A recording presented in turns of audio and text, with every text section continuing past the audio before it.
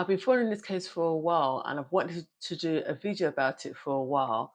But because there's been a recent major update, I thought this would be the perfect time to do it. Fatima Yusuf, aka the Bakeress, runs a successful at home bakery which has over 35,000 followers on Instagram.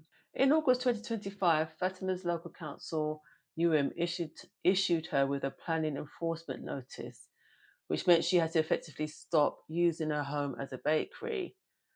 The notice said that she needed to have planning permission, even though she hadn't altered her home in any way. So, why did she need planning permission? I just want to say, I'm not sure why they initially attended her home. Um, to do an inspection because she would have already been registered as an at-home bakery. But I think from what I've kind of been seeing, I think there were some complaints from neighbours because they were complaining about the number of people that were attending her home to pick up baked goods. And they were also talking about the amount of traffic that was being generated in the road as well, which was having an effect on some of the neighbours. Now, there were some neighbours who said they had no issue with it. They had no issue with her baking from home. They didn't feel there was any major disruption, but there were neighbours who felt it was getting a little bit too much. When the planning inspector inspected the home, they found there were 7 fridges and 2 of them were commercial size. So I'm imagining they're the really massive fridges that probably sort of restaurants and places like that had.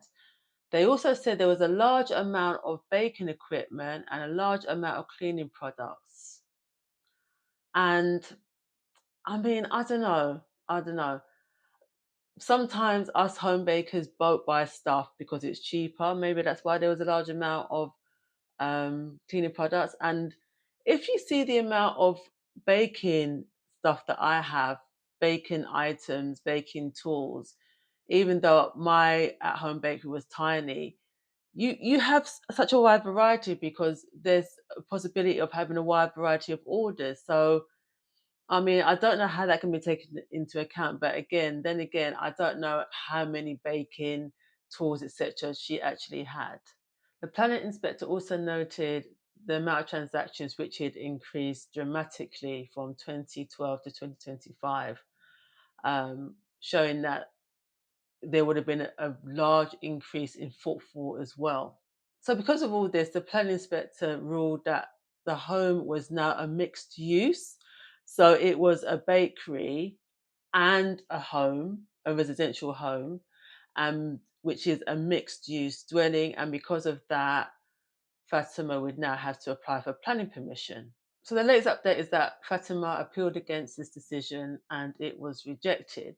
So, I think her options now are she either has to go for planning permission, she has to apply for it, or B, shut down her bakery. The latest I can see from her socials is that she's thinking about what to do, and also she made a kind of sort of tongue-in-cheek reel when she said, when the planning inspector says you have 7 fridges, etc. So I don't know if she's saying that she hasn't got 7 fridges. I don't know. I don't know because I mean, would the planning inspector just make up the fact she got 7 fridges? I don't know. But at the moment, she's planning what to do. I mean, I don't think she has much of a choice because if they're saying that the only way for her to reopen her bakery is to get planning permission and that is her main source of income from what I can see, I think she's going to have to get planning permission. This kind of story is quite rare. I don't want at home bakers to be put off setting up from home and thinking, oh my gosh, at some point I'm going to need planning permission. Obviously, Fatima's business is very successful, very successful. And you could argue, well, why doesn't she just go and get a commercial premises? Getting a commercial premises introduces a whole load of new costs. The rent for the commercial premises.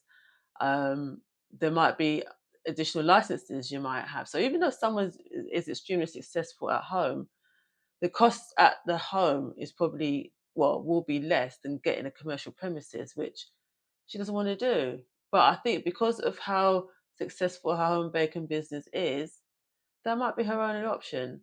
What I'll say to home bakers, most home bakers, I would say, aren't going to be as massively busy as Fatima's business. So I wouldn't worry too much about, the fact, oh gosh, are people going to moan about the fact there's loads of people coming to my property and picking things up.